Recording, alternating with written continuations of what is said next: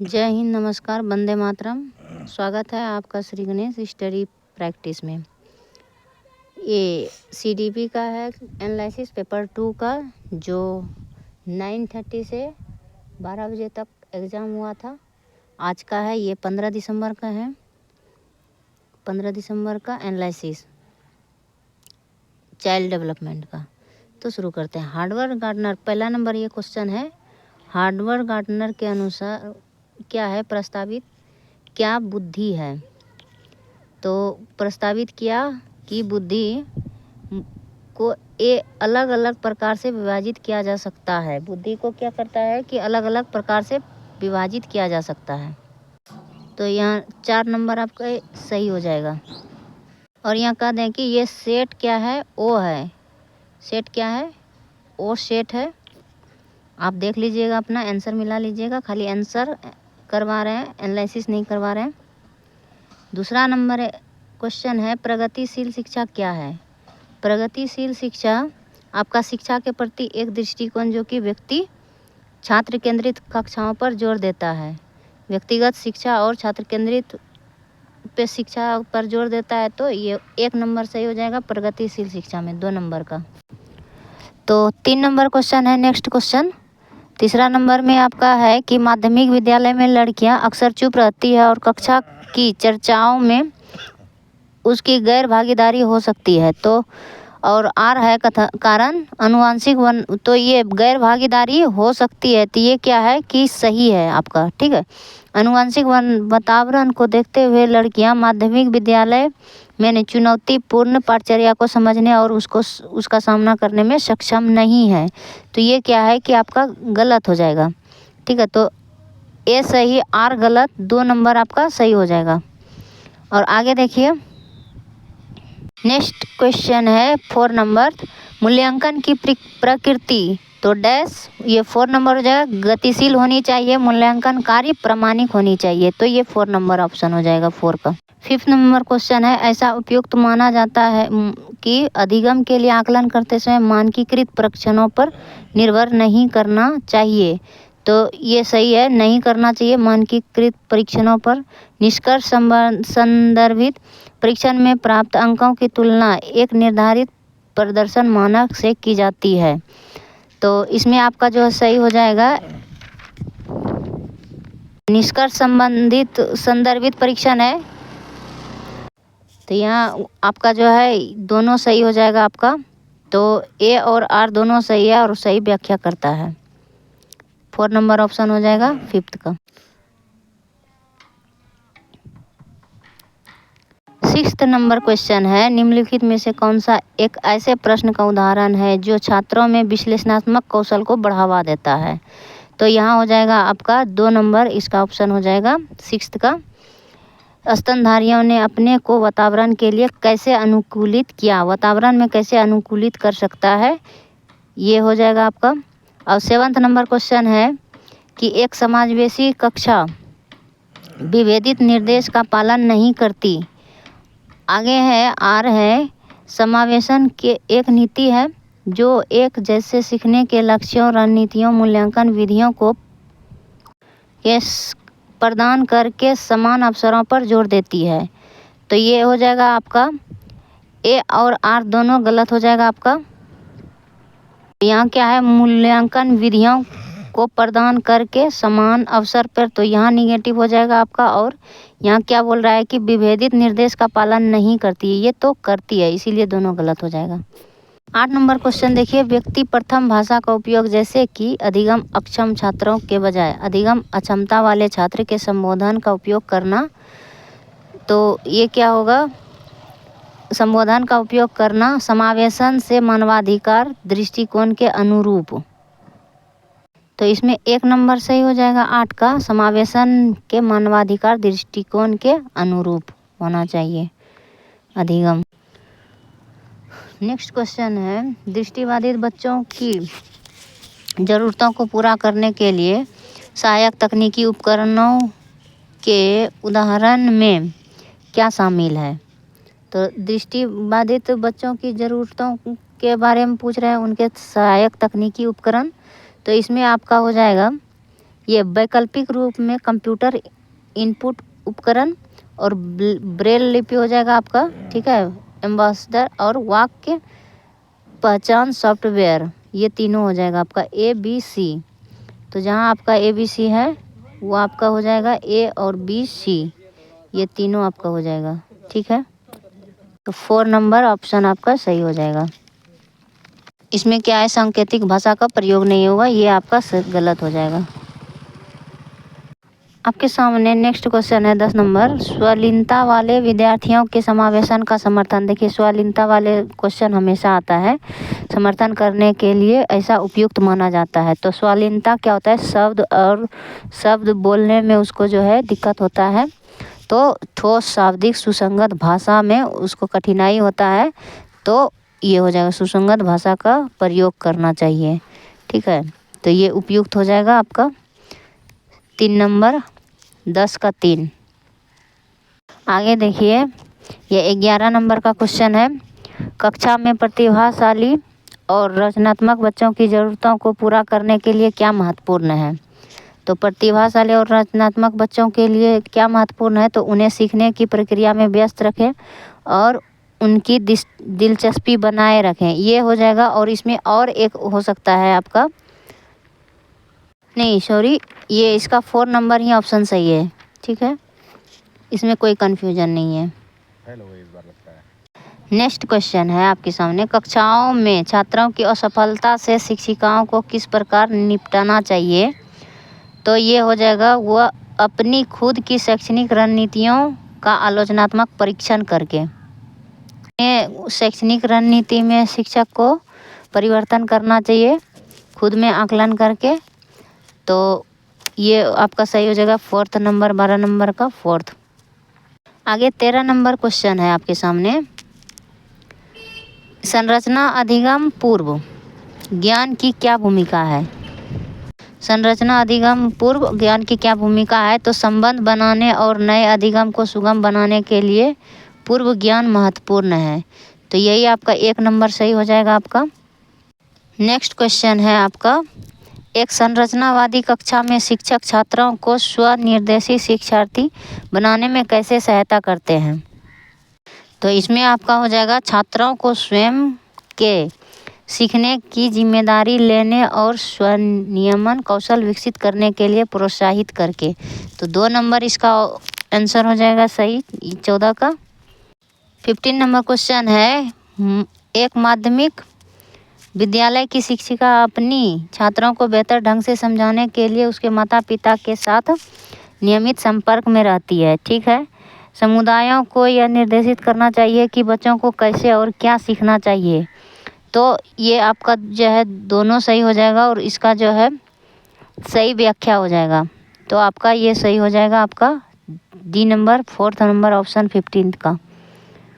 आगे है 16th number question है कि शिक्षार्थियों के समस्या समाधान कौशलों को उन्नत करने के लिए शिक्षकों को डैश को प्रोत्साहित करना चाहिए, शिक्षार्थियों के बीच डैश चिंतन को बढ़ावा देना चाहिए।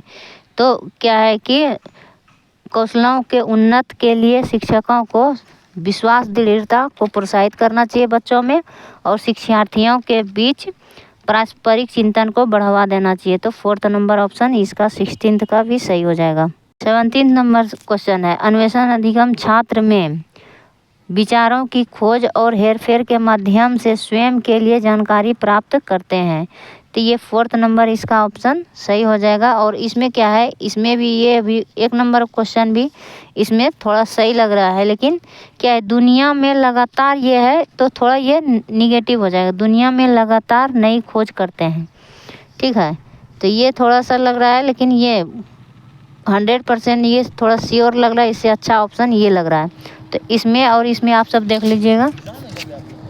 18th नंबर क्वेश्चन है, यह महसूस करते हुए कि वह विज्ञान कक्षा में ध्यान नहीं दे रहा है, इसलिए यह प्रत्येक को समझने में असमर्थ है, रमेश कक्षा में सबसे आगे बैठने का फैसला करता है ताकि वह ध्यान केंद्रित कर सके।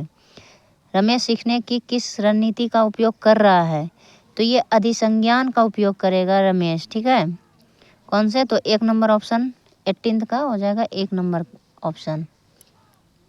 आगे है 19th का क्वेश्चन, संज्ञान के संदर्भ में भावनाओं के बारे में निम्नलिखित में से कौन सा कथन सही है।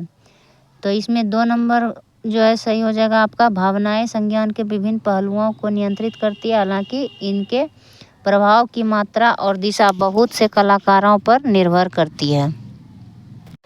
तो 19 का हो जाएगा आपका 2 नंबर सही।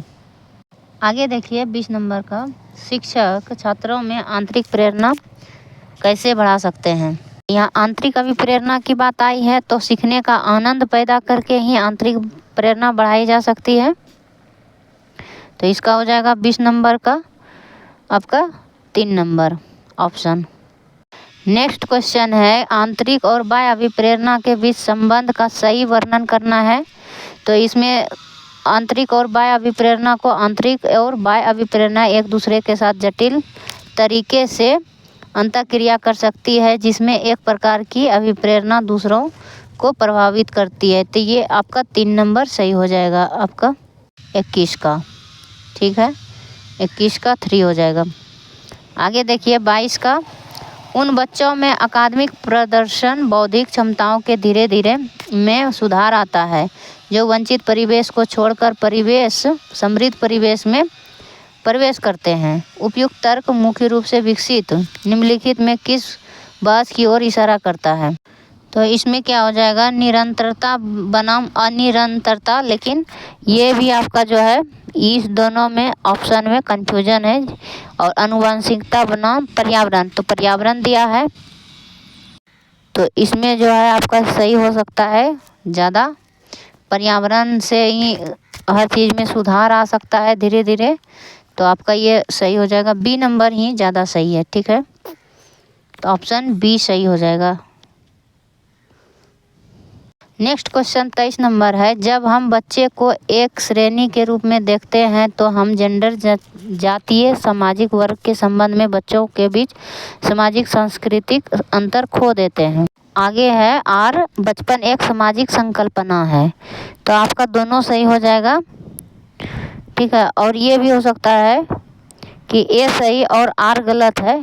ठीक है, और ये व्याख्या सही व्याख्या करता है, तो ये हो जाएगा। थोड़ा सा इसमें क्या है कि खो देते हैं तो थोड़ा निगेटिव हो जाता है, इसीलिए इसमें 2 नंबर में जाएगा। और इसमें थोड़ा आप देख लीजिएगा नेट से सर्च करके, लेकिन ये डी नंबर ज़्यादा सही लग रहा है। इसमें दोनों सही लग रहा है, खोद अगर नहीं होगा तब दोनों सही होगा और इसका व्याख्या भी करेगा। आगे देखिए, कौन सा कारक जीन पियाजे द्वारा प्रस्तावित संज्ञान में परिवर्तन करने वाले कारकों में नहीं है। तो निगेटिव आंसर पूछा है, जीन पियाजे के प्रस्तावित संज्ञान में परिवर्तन करने वाले कारक नहीं है, तो ये हो जाएगा सांस्कृतिक उपकरण। ठीक है, तो 2 नंबर इसका सही हो जाएगा, 24 का 2।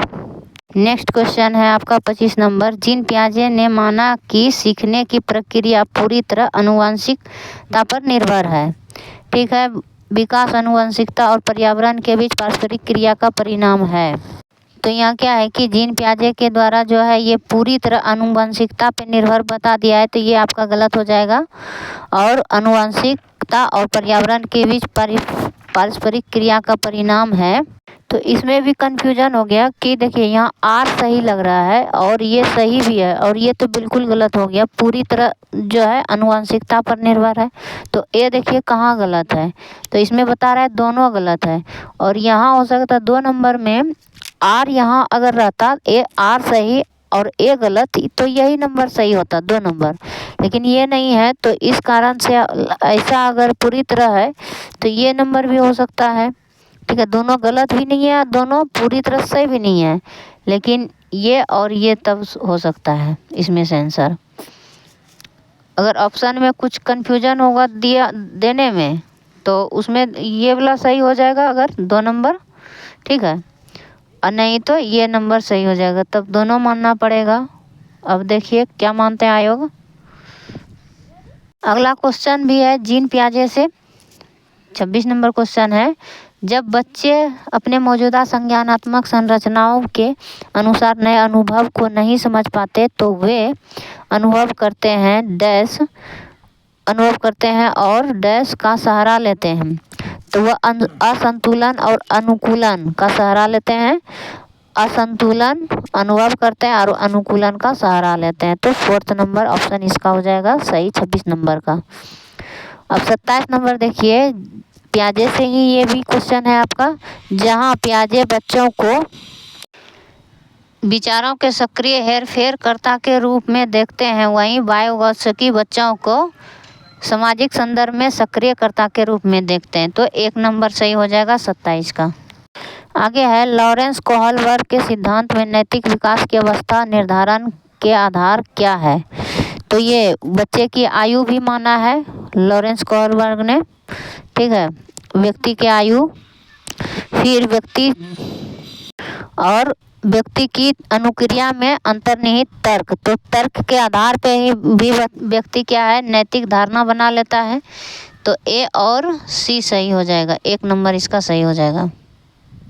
29वां नंबर क्वेश्चन है, लेव वाइगोत्स्की के अनुसार संज्ञानात्मक विकास के मायने हैं। तो पर्यावरण के अनुकूल ढलना सीखना, संज्ञानात्मक द्वंद्व पर प्रतिक्रिया को पहचान पाना। आगे है, संज्ञानात्मक द्वंद्व पर प्रतिक्रिया को पहचान पाना। ये भी आपका हो सकता है, ठीक है, लेकिन ज़्यादा ये है पर्यावरण के अनुकूल ढलना सीखना। तो और संज्ञानात्मक बता रहे हैं विकास के मायने, तो ये हो जाएगा संज्ञानात्मक द्वंद्व की प्रतिक्रिया को पहचान पाना। तो आपका 2 नंबर सही हो जाएगा। आगे है, लेव वाइगोत्स्की के अनुसार शिक्षार्थियों की समीपस्थ विकास के क्षेत्र के माध्यम से प्रगति में मदद करने में डैश की आवश्यक भूमिका है। तो लेव वाइगोत्स्की, ये अंतिम क्वेश्चन है सीडीपी का और ये पेपर 2 था, ठीक है, वो नंबर सीरीज है, पेपर 2 है। तो समीपस्थ विकास के क्षेत्र लेव वाइगोत्स्की के अनुसार बताए हैं। तो क्या बताए हैं, समीपस्थ विकास के क्षेत्र की बच्चों को जो है अपने स्तर से प्लस 1 स्तर जो है उसको अधिक जानकारी प्रदान करना। अगर 2 में है बच्चा तो उसको 3 क्लास तक का उसको जानकारी देना, ताकि उनका जो है संज्ञान में धारणा उसको अधिक समझ में आए और सक्रिय रूप से उनकी धारणा बन पाए। तो ये आपका 1 नंबर इसका सही हो जाएगा। 30 नंबर हो गया। और ये सीडीपी का, अब फिर हिंदी का आपका वीडियो अपलोड कर देंगे और फिर एसएसटी का भी, उसके बाद आपका संस्कृत का भी, ठीक है। धन्यवाद।